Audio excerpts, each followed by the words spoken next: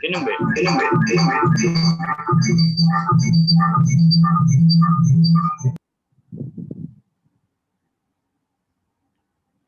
Assalamualaikum warahmatullahi wabarakatuh.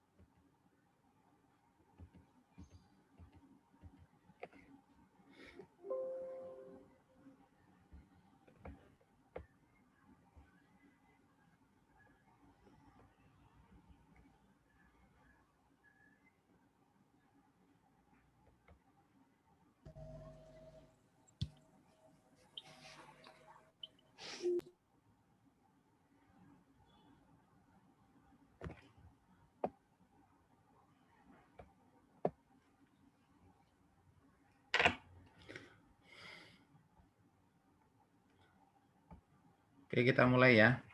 Bismillahirrahmanirrahim. Assalamualaikum warahmatullahi wabarakatuh.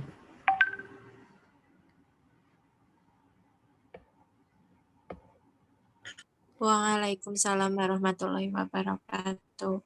Oke, suara saya bisa didengar ya. Oke, selamat bertemu kembali secara live tatap muka dengan Zoom. Mungkin beberapa kali kita dengan cara membuat video. Ini berarti hitungannya udah pertemuan keberapa? Kelima atau keenam? 6 Pak kalau nggak salah Pak. Udah ke-6 ya? Iya, 6, Pak. Berarti udah. Ke-6. Oke. Ke-7 nanti UTS-nya tanggal berapa sampai tanggal berapa? 15. 15 November. Iya, Bang. Oh, berarti masih lama. Berarti ada istirahatnya agak lama ya, hampir 2 minggu ya. Ini ada istirahat 2 minggu. Ya, ini nanti kan masih ada satu pertemuan lagi, berarti akhir bulan ya. Ya, mudah-mudahan kita bisa melaksanakan. Terus mungkin hari ini kita lebih banyak diskusi, mungkin ada pertanyaan yang mau disampaikan, boleh sebelum kita kuliah.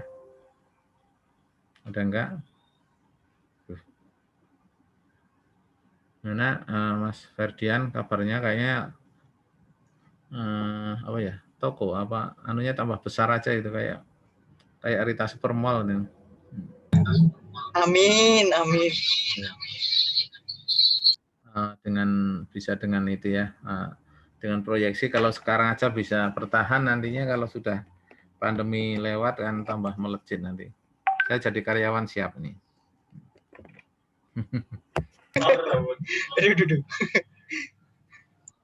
Oke, ada pertanyaan sebelum dilanjutkan? Ya, Kalau nggak ada kemarin, terakhir kita membahas mengenai teknik proyeksi dengan metode sederhana atau naif. Hari ini kita akan membahas dengan metode rata-rata. Nanti rata-rata itu bisa dengan rata-rata tetap atau tidak bergerak, kemudian rata-rata bergerak atau moving average, kemudian juga metode rata-rata bergerak ganda. Jadi ada banyak sekali, ini nanti baru sifatnya masih metode rata-rata. Nah, nanti pertemuan mendatang, nanti diakhiri dengan evaluasi. Jadi dari beberapa metode itu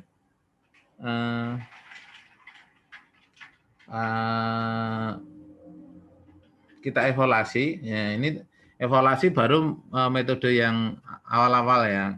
Jadi setiap teknik proyeksi itu mesti punya kelemahan, kelebihan, dan intinya bahwa proyeksi yang terbaik itu ketika error atau simpangannya itu paling kecil. Ya, error atau simpangannya paling kecil. Jadi nanti setiap proyeksi itu mungkin hasilnya berbeda-beda. Nah, oke, untuk langsung aja kita akan menuju ke slide mengenai metode rata-rata. Jadi ada rata-rata sederhana atau tidak bergerak, kemudian bergerak tunggal dan bergerak ganda. Nah, dalam metode rata-rata sederhana ini sebetulnya itu hanya merata-rata, ya, hanya merata-rata. Jadi menjumlahkan seluruh komponen atau sampel, kemudian dibagi dengan jumlah sampelnya. Itu metode sederhana, namanya aja sederhana ya. Ini kemarin sudah belum ya? Belum kan ya?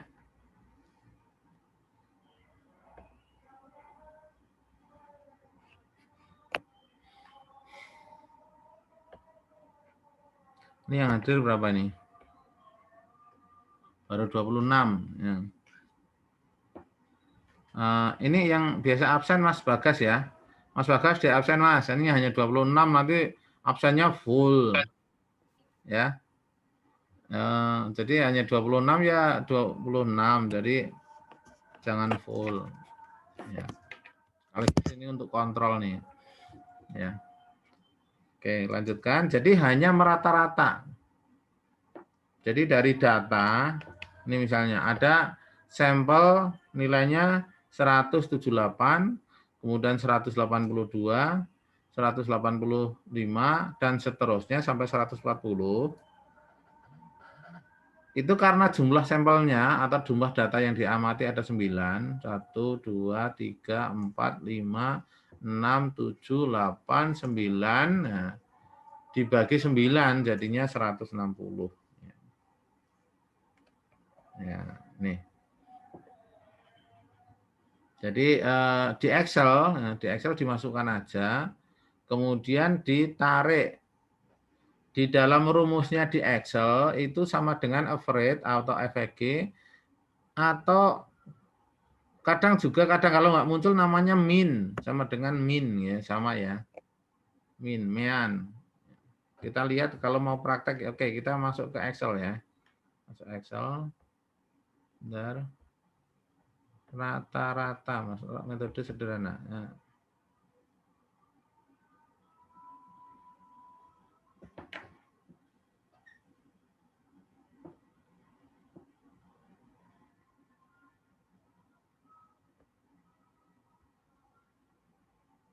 Nggak ada di sini ya. Oh, kita bikin lagi aja, saudara. Kita bikin lagi aja.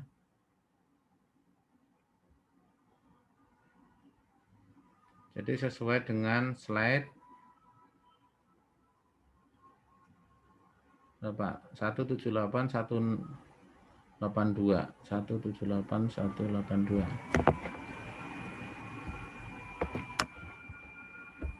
178 182.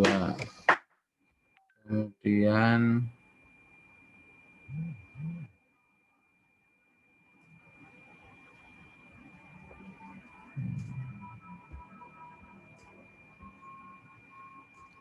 satu 185, 190, 110, 185, 185, 190, 110.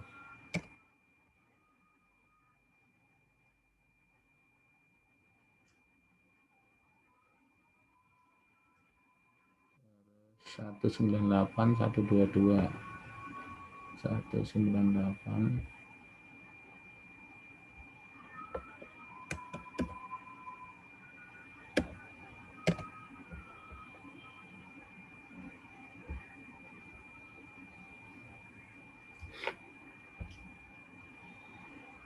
122, 135, 140, 122, 122, 135, 140. Nah, oke, saya perbesar. Excelnya kelihatan nggak, Mas, Mbak? Enggak, Pak. Hah? Enggak, Pak. Excelnya nggak kelihatan? Enggak. Enggak, Pak. Itu Kelihatannya, Enggak. kelihatannya. Kelihatannya slide. Oh, masih slide. Oke. Oke, stop screen. Saya masuk lagi ke share screen-nya.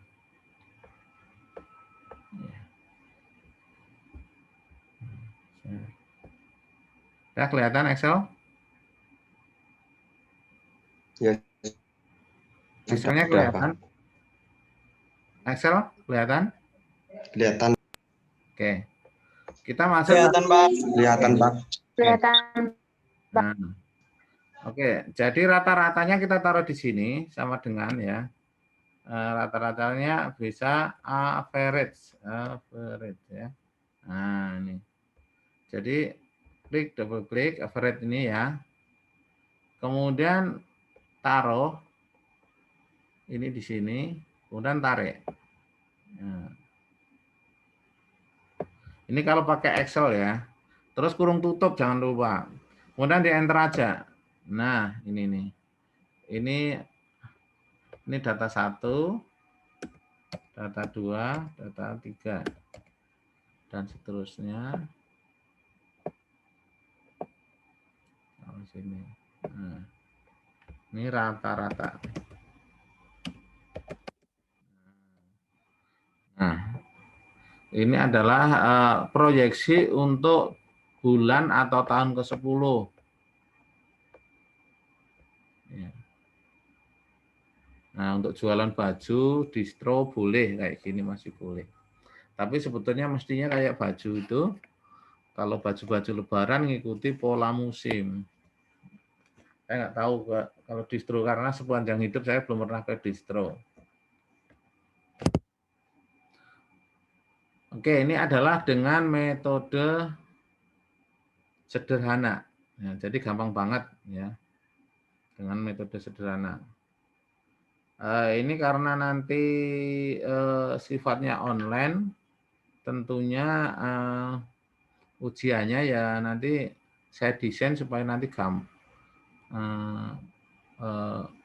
pengerjaannya cepat, ya tergantung nanti saya kasih tahu mau IC atau ABC gitu ya.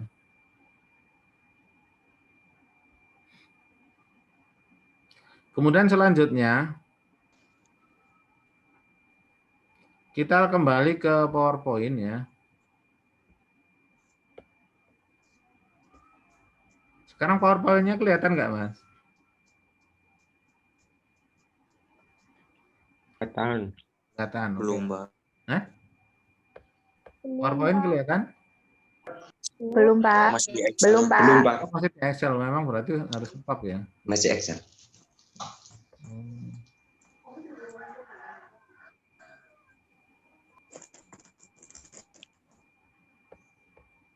Oh, nggak bisa bolak-balik langsung ya, harus keluar ya. Ya. Intinya, Mas, Mbak harus belajar latihan. Itu di PPT kan ada. Silahkan buka Excel-nya, masukkan sendiri, kemudian latihan sendiri. Kalau enggak, tentu akan karena sifatnya kuantitatif atau hitungan, kalau enggak latihan pasti enggak bisa ngerjakan. Udah saya jamin, sepandai apapun Anda. Ya. Oke, saya lanjutkan. Ini adalah tadi metode sederhana, jadi hasilnya kalau ini di sini nggak apa-apa, ini nilainya sama. Kalau saya tadi ngerjakannya di bawah, ya di bawah. Oh ya, di sini ada nilai error itu artinya adalah y min yt. Jadi atau yt plus 1 itu kemarin saya sebut dengan namanya y-pred. Y-pred itu apa? Y prediksi. Y prediksi notasinya adalah Y pakai topi. Y pakai topi. Jadi prediksikan karena rata-rata itu menjadi sama saja. Jadi ini sama gitu kan karena tadi ditarik itu karena rata-rata. Nah,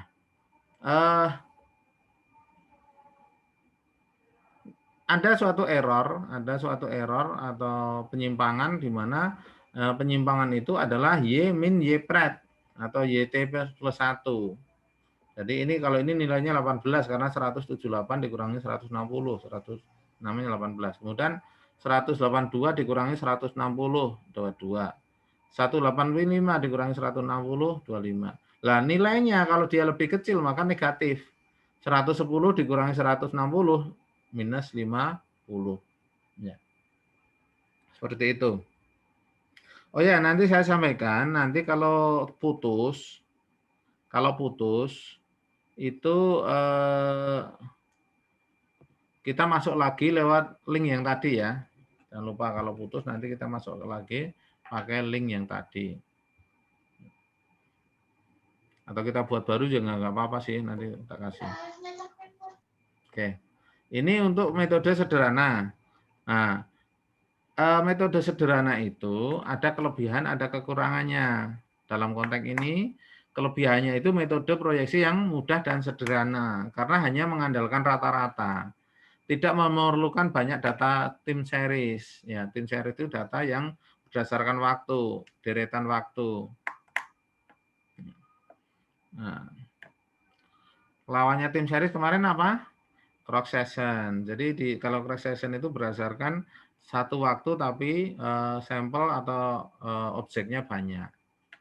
Nah, kemudian kekurangannya bobot data setiap pengamatan itu sama, yaitu 1/n. N apa? N jumlah sampel atau jumlah data.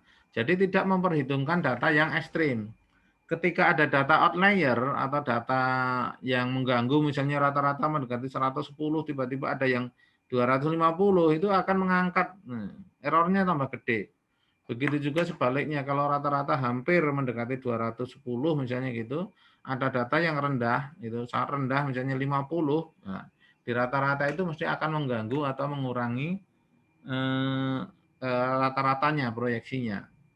Nah, proyeksi ini tidak mempertimbangkan adanya unsur tren atau musiman.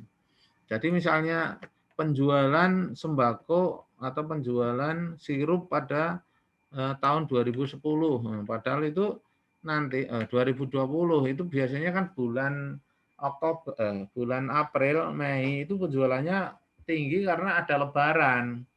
Nah, sebetulnya itu nggak bisa dipakai rata-rata. Harusnya itu diprediksikan bahwa pada bulan itu terjadi lonjakan penjualan. Karena dalam data itu adalah outlier. Kemudian kelemahan yang lain adalah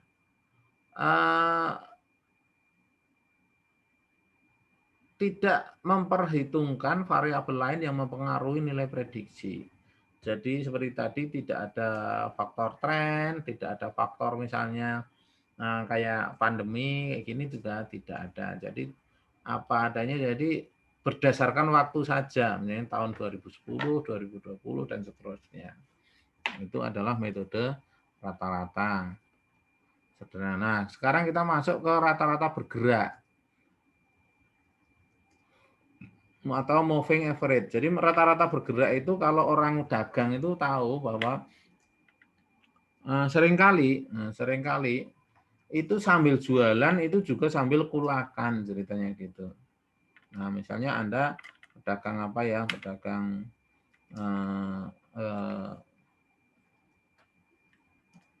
yang cepat itu misalnya jualan buah, jualan apa mangga. Mangga itu pertama kali keluar itu pasti mahal. Ya. Bisa harganya 25.000, 30.000. Tapi lama kelamaan harga itu menjadi turun sebetulnya. Tapi penjualnya nggak mau rugi. Nah, nggak mau rugi. Ya, nggak mau rugi.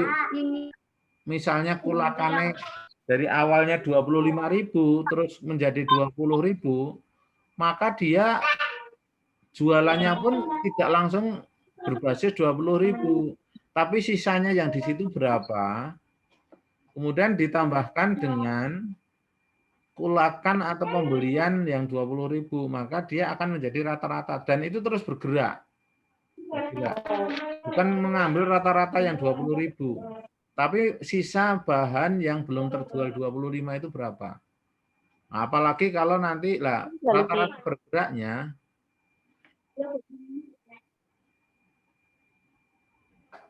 rata-rata bergeraknya Mbak Rima mungkin di mute dulu ya.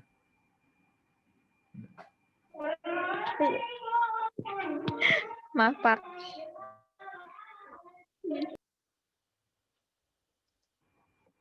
Oke. Ya. Terus kemudian jadi ada kulakan yang harganya 25, ada kulakan yang harganya 20, ada yang 15. Nah, gitu kan. Terus turun. Nah, itu di rata-rata terus bergerak. Kalau yang pertama tadi nggak ngelihat jumlah terakhirnya berapa gitu kan. Nah, di sini itu terus nah, kalau rata-rata bergerak itu ada intervalnya. Mengikuti periode waktunya bisa rata-rata bergerak interval 2 periode, 3 periode atau 4 periode dan seterusnya. Ya. Nah, di sini ada rata bergerak misalnya kuartalan misalnya gitu kan. Ya.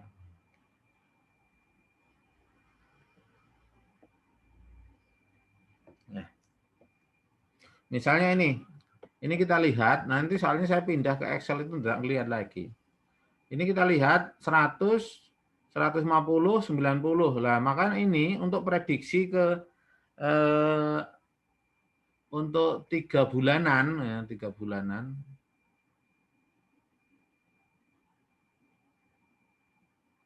3 triwulanan itu, 3 triwulanan. Ini ceritanya ini 100 tambah 150 tambah 90.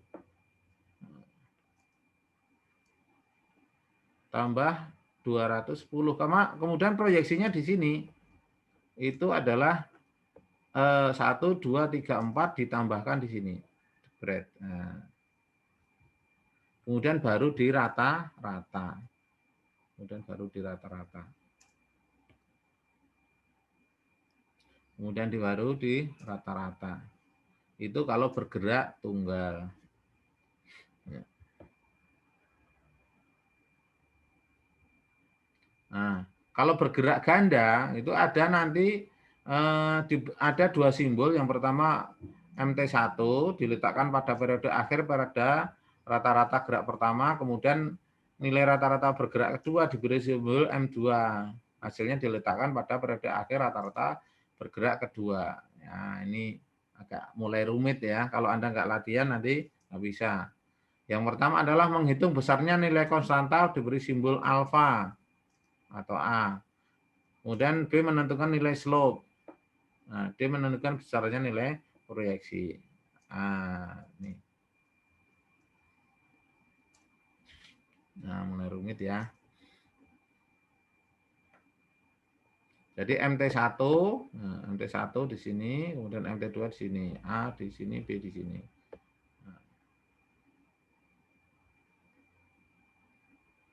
Nah, ini nanti mungkin saya yakin Anda juga bingung ya. Sekali lagi juga bingung karena apalagi tidak ketemu. Kalau biasanya kalau tatap muka saya nulis di papan tulis, menerangkan satu persatu, bahkan maju satu persatu. Dengan segala keterbatasannya, dengan teknik dengan belajar online ini memang berat bagi semuanya, termasuk Anda semua. Jadi Anda juga, makanya nanti kuliahnya saya agak singkat. Harapannya apa? Anda nanti belajar sendiri, mandiri. Jadi nggak usah lama-lama nanti kuliahnya. Jadi supaya ada kesempatan Anda untuk latihan. Lah kalau hanya tulisan, itu pengertian-pengertian Anda bisa langsung membaca. Tapi kalau sudah hitungan kayak gini, Anda mau harus latihan untuk bisa mengerjakan. Oke. Jadi ada kelebihan dan kekurangannya juga di sini. Nah, kalau metode proyeksi itu mudah dan sederhana, ya, metode proyeksi rata-rata bergerak itu mudah dan sederhana. Untuk metode runtut waktunya itu panjang karena ini kan karena bergerak itu akan ada data hilang yang di depan. Kemudian bobot yang diberikan itu kepada setiap observasi sama. Dan yang terakhir kelemahannya adalah tidak ada dasar yang kuat untuk menetapkan banyaknya periode pergerakan data. Ya.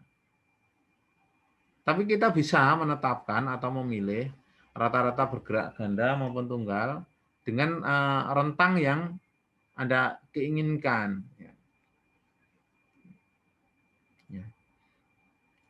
Tentunya ini sebagai pemahaman bagi mahasiswa. Nantinya memang rata-rata industri itu menggunakan ini, ya, menggunakan ini. Kenapa pakai ini? Karena untuk menutup supaya kalau naik itu juga ngikuti ritme kenaikannya, karena kita masih punya barang yang tersimpan di pabrik atau di gudang itu murah. Jadi kalau langsung kita naikkan ngikuti pola yang ada di lapangan, itu nanti kesannya bahwa toko kita itu tidak memiliki daya saing atau terlalu mahal. Tapi biasanya toko juga kalau tahu bahwa akan kulakan mahal, itu langsung yang dijual juga mahal. Nah, kalau kayak gitu tidak memakai metode rata-rata bergerak. Tapi itunya adalah metode yang pertama kali saya ajarkan, namanya metode naif, ya. Yaitu apa? Metode yang pada saat yang terakhir, data terakhir adalah yang dipakai. Nah, itu. Jadi yang murah ini kalau kejual, untungnya jadi banyak banget. Gitu. Nah, kalau itu tipe-tipe memang yang tipe-tipe pedagang. Kalau turun, tetap berusaha menjual mahal. Kalau naik, berusaha untuk jual yang terakhir. Nah, itu. Untuk melindungi aset-asetnya. Kemudian ada metode pemulusan eksponensial, itu berarti dikalikan dengan suatu faktor. Jadi dari metode rata-rata bergerak, itu memiliki kekurangan dalam memberikan pembobotan data. Mestinya data yang terakhir diberi bobot yang lebih besar dibandingkan dengan data sebelumnya. Untuk mengurangi kekurangan tersebut digunakan metode pemulusan eksponensial. Jadi dikalikan dengan nilai suatu konstanta tertentu alfa. Ya. Nah, nilai alfa itu pada saat awal dinilai misalnya nilainya berapa? Nilainya alfa itu antara 1 sampai dari 0 sampai 1. Jadi misalnya 0,1, nanti 0,2 atau 1/10. Ya. Oke, ini masih ada waktu 10 menit lagi. Ada waktu 10 menit lagi. Nah, ini saya gambarkan agak cepat untuk ngulasnya supaya nanti waktunya cukup dengan cukup 40 menit ini. Dan ini saya rekam, itu nanti saya upload ke YouTube. Kalau ada yang nggak jelas masuk ke situ. Ini ketua kelasnya siapa kemarin ya, Mas Bagas itu ya? Mas Bagas ada nggak? Ada. Ada ya. Oh biasanya setelah 1 jam baru muncul. Oke.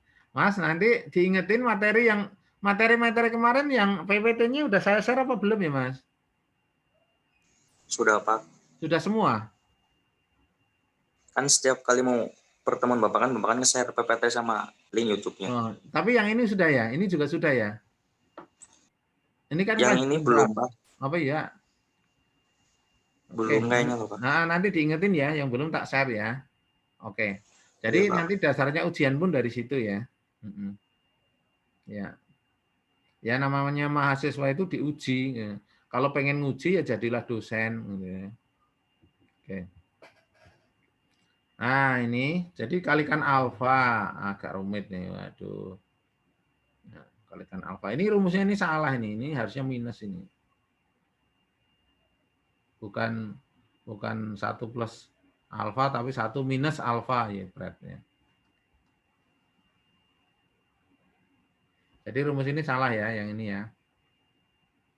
Ini 1 minus alfa. Jadi kalau alfanya itu 0,2, maka 1 minus alfa itu 0,8. Gitu ya. Oke. Nah ini caranya ngitung. Jadi lihat ini, Anda nanti bisa ngerjakan. Ini sudah ada contohnya lengkap. Karena kalau saya pindah ke Excel, mungkin memang tidak direspon secara baik oleh sistem ini. Nanti Anda bingung dari sini saja. Nah, proyeksi dengan alfa 0,1 kayak apa? Alfa 0,2 kayak apa gitu ya. Nah, ini artinya bacanya gini. Misalnya proyeksi yang ketiga ini. Jadi caranya baca, kalau bulan ke-1 itu sesuai dengan penjualannya, bulan kedua masih. Nah, bulan kedua ini sama dengan penjualan bulan 1. Nah, bulan ketiga baru dikalikan dengan eksponensialnya. Kalau 0,1 berarti sama dengan 0,1 kali B3. B3-nya mana ini? Nah, B3-nya di sini. Kemudian ditambah 0,9 kali C3. C3-nya ini. Nah, gitu. Mudah-mudahan bisa dipahami. Intinya saya memahami bahwa ini rumit ya. Apalagi Anda baru ketemu sekarang.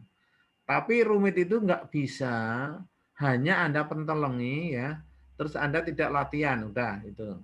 Saya sudah mengingatkan itu. Ya. Memang keterbatasannya seperti ini. Nah, yang bisa saya lakukan adalah menyampaikannya tidak semuanya. Tidak semuanya. Ya. Oke. Nih, jadi nanti akan ketemu nilai-nilai ini nih. Jadi mulai muncul koma-komanya. Ya, cenderung smooth sesuai dengan apa itu? Nilai penjualannya. Errornya akan semakin kecil. Jadi semakin rumit perhitungannya biasanya, saya katakan biasanya loh. Tidak mesti juga. Itu akan semakin bagus karena koreksi-koreksi sudah dimasukkan. Nah, ini dengan alfa 1, bulan 1 itu belum ditentukan. Bulan 2 itu sama dengan penjualan real pada saat bulan 1 tadi sudah saya sampaikan. Kalau bulan 2 kalikan ini. Bulan ketiga, nah ini kan tambah rumit ini ya. Tambah rumit. Oke, tapi nanti soalnya kalau lebih singkat-singkat, tapi Anda harus tetap bisa ngitung. Semuanya punya komputer ya. Nanti soalnya saya harus pakai Excel. Ya, Anda harus mahir pakai Excel. Kalau nggak pakai Excel, itu saya jamin nggak bisa. Nah, Anda boleh ngitung dengan kalkulator semakin jebol, semakin nggak bisa. Anda bisa ngitung manual, tapi belum tentu Anda teliti. Jadi mutlak kalau menurut saya pakai Excel. Ya. Oke, kelebihan dan kekurangannya. Ini tinggal 4 menit ya.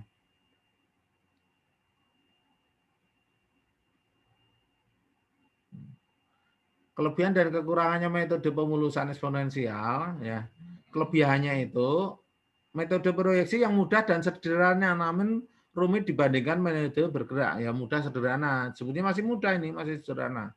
Tapi nanti instrumen-instrumen proyeksi itu semakin banyak ya. Dengan kita menguasai iptek itu metode ini semakin banyak. Kemudian yang kedua, telah dilakukan pembedaan bobot kepada setiap observasi matahari, semakin ke bawah itu bobotnya semakin besar dibandingkan data sebelumnya. Nah, kekurangannya memerlukan data runtut waktu yang relatif banyak. Jadi kalau Anda hanya punya 10 kayak gitu ya kurang kan, kurang. Karena nanti 10 itu udah kemakan 4, hampir 4 itu yang data yang hilang. Tidak adanya dasar yang kuat untuk menetapkan alfa. Jadi alfa itu terserah Anda. Mau pakai 0,2, 0,1, 0,3 itu tidak ada dasarnya, boleh ya. Jadi yang paling tepat nanti pakai trial atau coba-coba. Oke. Nah, oke, karena waktunya habis tinggal dikit, kita sedikit-sedikit aja. Tolong di antara minggu ini sampai minggu depan Anda latihan. Sebelum nanti terakhir nanti kita akan melakukan namanya evaluasi kesalahan proyeksi. Jadi kita akan membandingkan antara proyeksi 1, proyeksi 2, dan proyeksi 3, tapi masih khusus di metode sederhana ke bawah. Ke depan nanti masih ada proyeksi korelasi, proyeksi regresi, ya. Kemudian metode proyeksi kualitatif. Jadi kualitatif belum saya sampaikan, di mana kalau kualitatif itu lebih ke arah karena pendapat para ahli, karena pengalaman pengamatan. Jadi kayak gitu. Jadi yang kualitatif nanti ada banyak metodenya, ya, ada metode termasuk metode Dupont nanti kayak gitu. Ada. Jadi bagaimana salah enggak juga, enggak ada yang salah.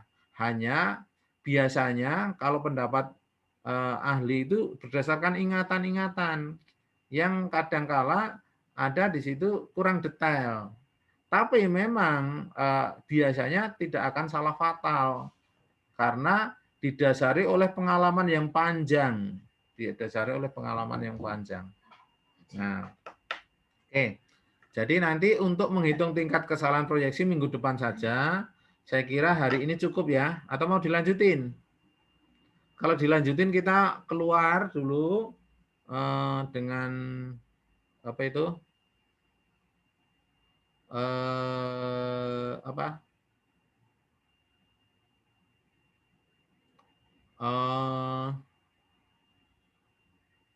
Zoom yang baru. Atau gini, ini saya hitung sebagai pertemuan ke-6, langsung kita lanjutkan ke pertemuan ke-7 dengan evaluasi. Nanti pertemuan ke-7 kita sudah nggak lakukan pertemuan lagi, tinggal rekamannya diulang. Gimana? Pupung sudah terlanjur mandi ya Mas Bagas ya? Ya, kita lanjutkan ya. Jadi nanti pertemuan ke-7 tinggal mengulas yang ini, ya. Pupung kita pertemuan. Ini tinggal sedikit lagi kita off ya. Gitu ya Mas Ferdian? Iya Pak. Oke, juragan ini tinggal tiduran aja. Nah, kayaknya di kasur itu. Ini keren banget katanya WC-nya ada kasurnya ya Mas?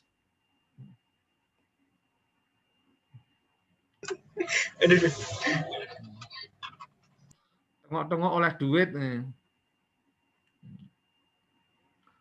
Oke, kita habiskan kalau ini nanti keluar, kita masuk lagi. Nah, kita masuk lagi, tapi itu adalah pertemuan ke-7.